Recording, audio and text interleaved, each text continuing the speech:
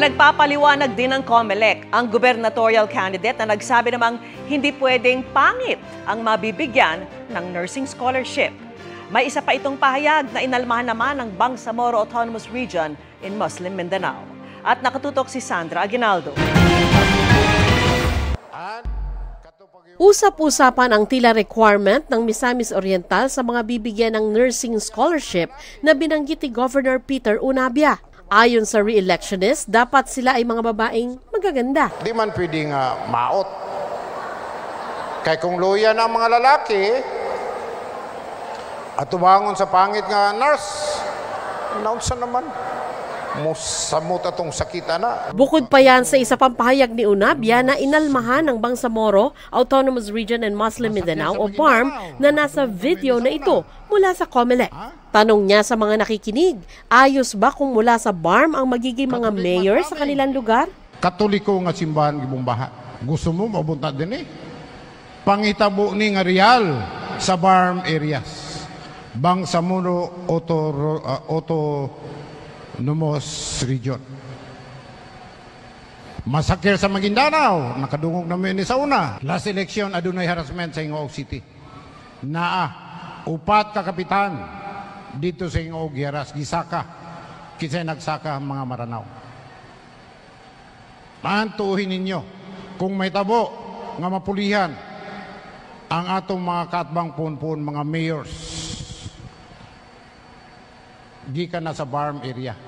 Okay mo, dili?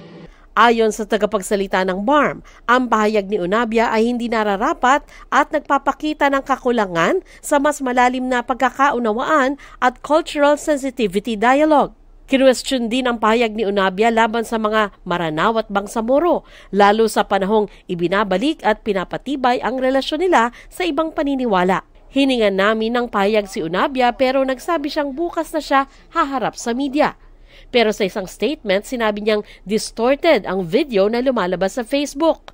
Nananatili raw ang mataas niyang respeto sa Maranao community. Maaari raw bukas ang kanyang pahayag sa iba't ibang interpretasyon at maaring makita na kulang sa sensitivity. Pero ginamit umano ito ng kanyang mga katunggali sa politika para mawala ito sa konteksto. Humihingian niya siya ng paumanhin. Hindi umano niya intensyon na maliitin ang mga Maranao na may kontribusyon sa kultura, kapayapaan at pag-unlad. Sa kabila nito, nagpalabas pa rin ng show cause order ng COMELEC kaugnay niyan at sa hinayag niyang tila requirement para sa mga nursing scholar. Kinakailangan natin ng paliwanag dun sa bagay na yan sapagkat maaaring ito ay may paglabag sa ating pong anti-discrimination resolution.